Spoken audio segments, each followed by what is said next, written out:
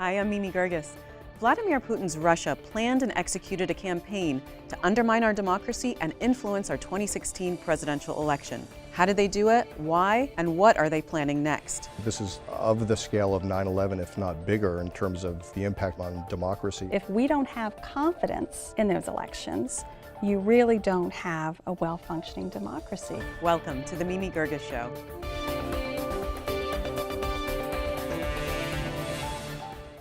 American intelligence agencies have described the Russian interference campaign into the 2016 election as unprecedented in its scale.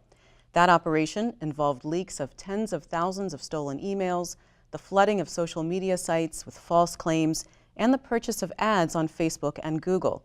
Moscow's goals were to undermine public faith in the U.S. democratic process and help elect Donald Trump. The Kremlin and President Trump have denied any collusion. Heather Conley is a senior vice president at the Center for Strategic and International Studies, and Josh Meyer is a senior investigative reporter at Politico. Welcome to you both. Thank you. Thanks.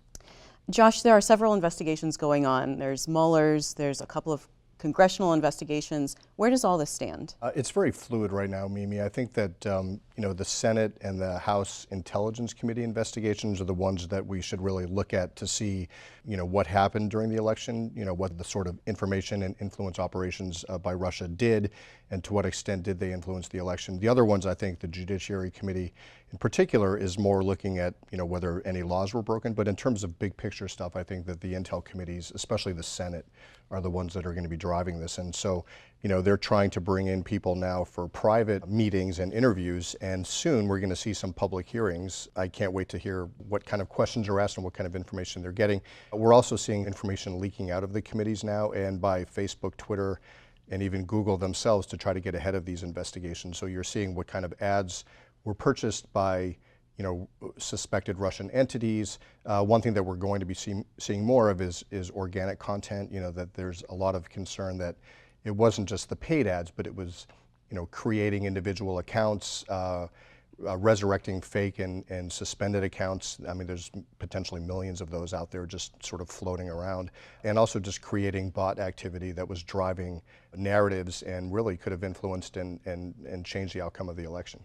Do you think we'll see anybody, is anybody going to go to jail for this? I think that there's a big disconnect, especially with the public's sort of the granularity of the understanding about this, in the sense that most of what Russia might have done on the social media campaigns isn't really illegal. I mean, a lot of the laws are still, arcane technology laws that were rooted in the sort of the 1970s and the 1980s. And so there's few, if any, specific statutes that they can really use to go after people, especially overseas, if they're creating fake accounts or starting to, gin up conflicts between Americans over immigration and things like that. Black Lives Matter, there was a lot of that stuff. Or even that Hillary Clinton, for instance, was dying of exotic diseases when it wasn't true, were things that helped President Trump. So if there are going to be any criminal charges, I think it would be on the Trump end, anybody in the Trump campaign and the administration, probably on any obstruction of justice that might have occurred. Collusion is a really hard thing to prove. One thing that I would love to find out is what are the authorities doing on the Russia end? I mean, who are they talking to over there? Because you can't really prove collusion unless you have both ends of it. So I think, the people that say that we're going to need to wrap this up in a few months, I mean, that's ridiculous, because these investigations can take years. Do you think that's what it's going to take? I mean, I think there's concern that it won't take that long and that we won't get to the bottom of it. I think, I investigated and wrote a book about the 9/11 attacks, and I think that, to this day, there's a lot of questions asked about that. And part of the reason is because there's never been a public accounting of it. I mean, there's been a 9/11 commission and a million books, but the U.S. government has never laid out the evidence that they have in a court of law or a military tribunal to show exactly what Khalid Sheikh Mohammed and bin Laden and the other people did. So without that kind of disclosure of formal evidence, there's always going to be questions raised about it. And I think that could happen here as well. So this could actually take the whole 4 years of Trump's term. Or 8 years. Yeah, I mean, it conceivably, I mean, Bob Mueller said this when he was FBI director about the Lockerbie plane crash. He said like 23 years later, they were still, answering questions, finding clues. And, in the mind of the public, I think that this is of the scale of 9/11, if not bigger, in terms of like the impact on democracy. And my big concern is that we're not going to get to the bottom of this, especially with the configuration right now of the committees investigating it. They don't have a lot of people. They don't have a lot of resources. I mean, the Republicans are. You saw the report of Trey Gowdy, saying to Jared Kushner, that 2 hours of interview is enough and that he should leave even if he was willing to stay. And this is the same person who spent 3 years investigating the Benghazi attacks. So, so very partisan, really, in the right, congressional investigations. Right, and now you're seeing them, throwing up all of these investigations into the uranium alleged plot by the Clinton Foundation and Obama administration, and the dossier and whether or not who paid for it and the provenance of it, was going to impact or undermine, its authenticity. So this is becoming so politicized. I think if you're out there in Kansas or something, you probably have no idea what's going on. I mean, we have no idea what's going on in some respects in Washington. Complicated. So, yeah. Can President Trump fire Bob Mueller? Sure, he can do whatever he wants. He's the president. So my somewhat informed understanding of that is that everybody is telling him, look, you really can't do that. Even though if they hadn't been, he might have, who knows what he might have done already. But yeah, he can do that. But he could fire the Attorney General, and the Deputy Attorney General. I mean, that could happen. It could undermine the credibility of any investigation even more than it already has, if that's possible. So, this is a very fluid situation. Heather, let me ask you, why would Russia do this? Why would they want to interfere in our election?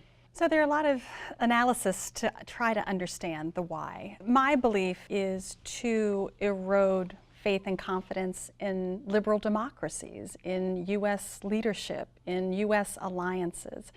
If you look at the parallels of the collapse of the Berlin Wall, in some ways we understood that as a victory of democracy and liberal democracy, that our system was in fact stronger, more durable. Yeah. How ironic 25 plus years later, it is the lack of confidence in democracy and economies and in our system that is sort of bringing us down. As I like to say, all of this, the elements of the investigation, Russia did not cause this. They are amplifying our own internal divisions. They're just exploiting the weaknesses that we present. But there is a much greater and larger objectives here. It is to erode European unity. It is to erode NATO, U.S. leadership in the world, because that way, when you sort of take the U.S. out of the equation, when there's no more faith in democracies, then the Russian system, which is Putinism, which is a individual led by an inner circle that's extremely corrupt, that's a preferred model. That's a strong control model based on, in Putin's view, the unique civilization of Russia based on conservatism and traditionalism. He decries the decadence of the West. He decries all the grievances that we've done to Russia. So it's about leveling the playing field. We're not any better than Russia. It's the moral equivalency. Many times President Trump has emphasized that equivalency. And then when we're equal, then we can create a new grand bargain. And that's why I think the Russian government officials like to say this is the Cold War period, or we're going back to that, because in that era, it was just two countries, the United States and the Soviet Union. They resolved every world crisis, but we certainly didn't want to go back to the Cold War? They want to go back to the parallelism of the Cold War. Yeah. Yes, they are not capable of reconstituting the Soviet Union economically. They can't reconstitute their greatness as they see it historically, but if they can reduce us, then we're as equals. We can come together, and then we can perhaps redesign the European security architecture, go back to those spheres of influence. That is yours, this is mine. We may have shifted the line 1,000 kilometers east, but they want to go back to that because it staves off their own long-term demographic, economic decline, which is significant. But so is that at the center, or is it just that they preferred Donald Trump to Hillary Clinton? So I take the view that it was to build, and discredit our democracy. That is at its essence. And that is the, using the Black Lives Matter, anything that divides us, anything, they're going to amplify it. And then because they can point to other countries who, seek the U.S. as an inspiration, who see our military strength, our economic strength as a source of inspiration. You don't want that. That's, ugh, that is, you can come to our side. We've got this figured out. That was the main point. Did they get what they wanted? So we have sort of had this thought of, is this sort of like the dog finally catching the car? You got it. I mean, clearly there was deep personal animosity towards Hillary Clinton. In some ways, what sharpened this was as President Putin experienced the largest demonstrations in Russia when he declared that he was returning to the Kremlin in the fall of 2011. One of the first senior officials to speak about this, I'm declaring I'm returning, this is how managed democracy works, I'm going to tell you how this is going to work. Hillary Clinton was one of the very first in Vilnius, Lithuania, no less, to say this is not appropriate. Took it very personally. Again, he thinks that any demonstration is Western-led. He does not understand, no, it's the dignity of the individual who says, I don't want this system. Maybe I don't want American democracy, but I don't want this. He doesn't understand that. Every demonstration is Western inspired, so he'd like to return the favor, inspire some division and revolution in our own country. They've done this to other countries, this Absolutely. meddling in elections. So this doesn't surprise you since you've studied all this. So, being a European analyst, I've sort of had a front row seat to some very early tactics. And again, this is just a system of, we have had so many wake-up calls and we just kept hitting the snooze button. As early as 2007 in Estonia, a massive cyber attack to a country that, my goodness, is one of the world leaders in e-governance, e-commerce, just because they moved a statue that was dedicated to the liberation by the Soviet Union of Estonia. 2008, the Russian-Georgian conflict, which 6 months later, we reset our relationship with Russia after Russia invaded Georgia. So then, okay, and we'll keep hitting the snooze button, and then events in Crimea and Ukraine, and you could not hit the snooze button anymore. But they had been hacking the German parliaments, Angela Merkel's political party in France. They were amplifying the Brexit referendum. They're amplifying right now the Catalonia dispute. So any division that we present, they amplify, and you can't tell what's true and what's not true. Now, the Obama administration in 2016, maybe before that, knew that this was happening in the election. Do you feel like they should have done more, that they didn't take it seriously enough? It's fine for us in hindsight to look at it, but my frustration is, yes, they were understanding to some elements what was going on. Look, the Obama administration had been warned in 2009 from Central European leaders that this was happening in their countries. Yeah. They begged the president to look more closely, and those warnings were ignored. It's just a list of sort of all the things, because we didn't think they'd have the audacity to do it here. They couldn't do it to us. They couldn't do it to us, and then I think it was painful that President Obama just felt that this was, again, he was going to get involved in the politics of the election and weigh it. Again, in hindsight, your first and only goal is to protect the country. Let history judge, but you have to protect the country. And I just felt enough was not done in the Obama administration to protect the country until it was too late. And now, tragically, as we gear towards 2018, the midterm elections, and 2020, we are again not protecting the country from this type of influence. I mean, I agree with everything you said. And one thing that people have to keep in mind is this has been going on for decades, and it's not just the United States. I mean, Putin has been, there must be an army of people doing this. I mean, I wrote a story last year about how the Obama administration sent a team over to Montenegro because they were looking at that as a microcosm of what could happen in the U.S. election, which is setting up fake think tanks and fake media organizations and experts, and the social media part, the hacking of emails. Somebody described it as sort of a blitzkrieg, which is air power, land power, and sea power all together. It's not just one thing. I mean, they're doing all of that at the same time. So, and they're doing it in a lot of different countries. So, for them to say that they didn't think that they could actually go after the United States, I mean, I just think that that's flat wrong. I mean, Fiona Hill, who is now one of the top people within the Trump administration on Russia, she told me, and she wrote a book about Putin, she told me that as soon as she had left government the first time and went to a think tank, all her files were hacked. I mean, they were systematically hacking people going in and out of government, all of the subject matter experts. Remember, they also hacked the White House non-secure, non-classified channel. They hacked the Joint Chiefs of Staff. They hacked the State Department, and this was at least a year before the election. So, for them to say that they didn't, have any inkling that this could happen, I just think is also not true.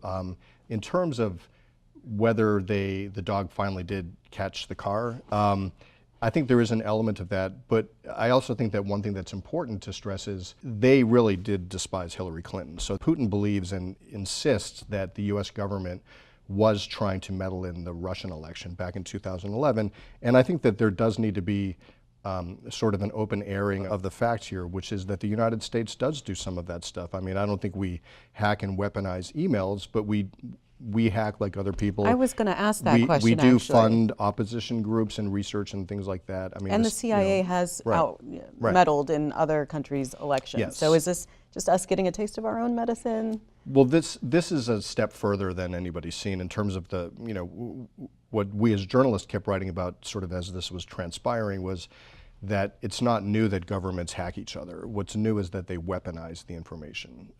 And so that is something that the sort of Cold War spy versus spy superpowers has not seen. So that was a red line. But the question is, if it was such a red line, why wasn't more done? I think that the Obama administration, their official response is that, we didn't want to impact the election one way or the other by saying something, but he's still the president. He needs to do something about it. Right. And when you look back at it, if the viability of the election system is at risk, you have to do something. I mean, this is somewhat overlooked, but General Clapper, who is the head of the Directorate of National Intelligence, said recently that he believes that the integrity of the election is in question. I mean, that's a huge thing to say.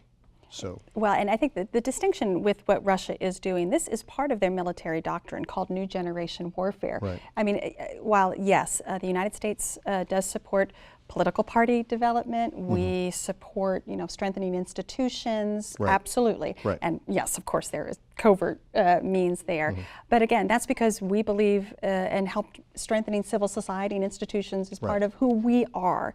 But this is about a military doctrine that is described as a strategy of influence, not of brute force, and it's to ensure that the coherency of the enemy system is not able to function. Right. And how do you do that? You focus on elections, because if we don't have confidence in those elections, you really don't have a well-functioning democracy. Right. And the stakes could not be higher. And that's why they, it's a very effective focus on what they've done. Yeah, I mean, if all they were trying to do was sow discord and undermine our democratic institutions so that people in countries that are sort of on the bubble, that are sort of struggling with whether to go towards a capitalist system or a communist system, if that tilts the the needle a little bit in one direction, that's a victory for them. And I think and so I think that they never would have thought in a million years that they would have had the outcome that did happen. But they play the long game on this stuff, and so there's. Heather, do you think they expected Donald Trump to win? Well, I don't believe so. And I think from what we can gather, I mean, it's very opaque. It's a very closed inner circle. That circle's getting even tighter. It's hard to read. I think, in fact, there was some concern among the Russian intelligence and community saying, be careful here. This can backfire. And in some ways, the congressional investigation, it is backfiring, because gratefully we are having, as it may be extremely problematic, it has been, but we have to investigate this and understand where the weaknesses are and how to get, so that in some ways that has exposed what they've been doing. It's heightened a focus in Europe. My goodness, the French were on high alert, the Germans were on high alert. They understood what was coming. The Brexit vote now absolutely. is under So question. In some ways, that now in the investigative journalism about this has been phenomenal. That builds public awareness. The problem is, it's not just describing how it's working. You have to put in place those mechanisms to prevent it. We have to now start focusing on countermeasures. How can we strengthen our institutions. That's what has to come out of these investigations. So, for example, whether it's General Mike Flynn, Paul Manafort, the Foreign Agent Registration Act, right. the shell corporations, the illicit financing potentially through real estate, and through all of that is how that influence works. That one's on us. We got to clean up our system. That's what I hope comes out of the investigation. Collusion, no collusion, that's for others to determine. But the critical thing is clean up our institutions and our systems. Doesn't happen because again. Look, Russia's not going to be the only country, the only adversary that sees what's going on here. They have created a roadmap for others potentially to use similar tactics, and these tactics are adapting constantly. So it's not just preparing for what they did in 2016, it's thinking about how they're adapting that methodology in other areas. The vigilance here is we've got to be really focused on this, and tragically, the administration is not, for their own reasons. And so Congress will have to do what it can, but it's not enough. I mean, Jeff Sessions, the Attorney General, was asked in a congressional hearing last week or the week before, do you think we are doing enough to stop the Russians from continuing this behavior? And he said no. And he's the Attorney General. So what are we if doing I'm about not it? mistaken, there was not a lot of follow-up to that question, which is sort of stunning to me. I was meeting with an intelligence person the other night, and what they said is one of the biggest winners in all of this is China, because we're so busy focusing on Russia that China is, also projecting power, and they have this long-term strategy of essentially running the world by 2025, especially now that President Xi has been re-elected for 5 years. But this is like sort of a geopolitical game here. And I think your question, Mimi, about did the Russians really think he was going to win? I mean, I think it's a sliding scale. Did they think he was going to win at the beginning? No. I mean, nobody did. I mean, Trump, didn't. But initially they were just trying to sow chaos, I think. Then they were just trying to knock Hillary out because they knew that she would be very aggressive on a foreign policy level against incursions in Ukraine and Georgia and things like that. They basically wanted somebody who they thought could be more pliant, to what they want to do, somebody that they could steamroll. And Clinton was not that person, so it didn't matter to them who it was. It was just, but then as the election progressed and then Trump wins the nomination, then they doubled down on this, I think. And so it's sort of a rolling effort. They didn't set out to install Donald Trump as president, but they're just watching this kind of stuff very closely and then sort of trying to manipulate it and steer it in the direction they can. So, and I think they got very disappointed, maybe, when through overwhelming bipartisan support in the Senate and the House, basically they legislated the sanctions, U.S. sanctions against Russia, which pulled that policy tool out of President Trump's hands. Yeah. And then you saw immediately, I mean, the Russians did nothing until that point, and then they realized they're not going to get the gains, removing the sanctions imposed after events in Crimea and the Donbass, or no relief on the Sergei Magnitsky Act, and now the expulsions, the property closures, and then you began to see where now they understood they're not going to get immediately relief. Well, they're going to get some. They might not get all, but I still think that that Trump, his isolationist policy, it sort of plays into what they want. I mean, he's not going to stop them. I mean, even when they kicked out all of our diplomats, he said, well, that helps us save money, which people in the State Department, the intel community, I mean, they're freaked out by this stuff and very upset about it, and you're seeing all of the brain, the talent leave some of these, critical departments. I mean, the analogy between this and 9/11, I think that there's a lot of parallels there. I mean, one thing that I learned from covering it, but also writing a book about it, is that, I mean, bin Laden really was very upset in a way when the towers fell down, because he thought, I think we overdid it. And now they're going to really come after us. And that is what happened. And so, I mean, I don't think in their wildest dreams they thought that they could actually take the towers down. I mean, if they flew a plane into them, that'd be one thing, but they didn't think that they would literally just, crumble, catch fire and crumble. And so I think that there's a similar thing here where they didn't think that they could possibly have this much of an effect. And all of the other countries around the world that have been, pointing this out for years, if not decades, about this kind of influence operation. It's called active measures.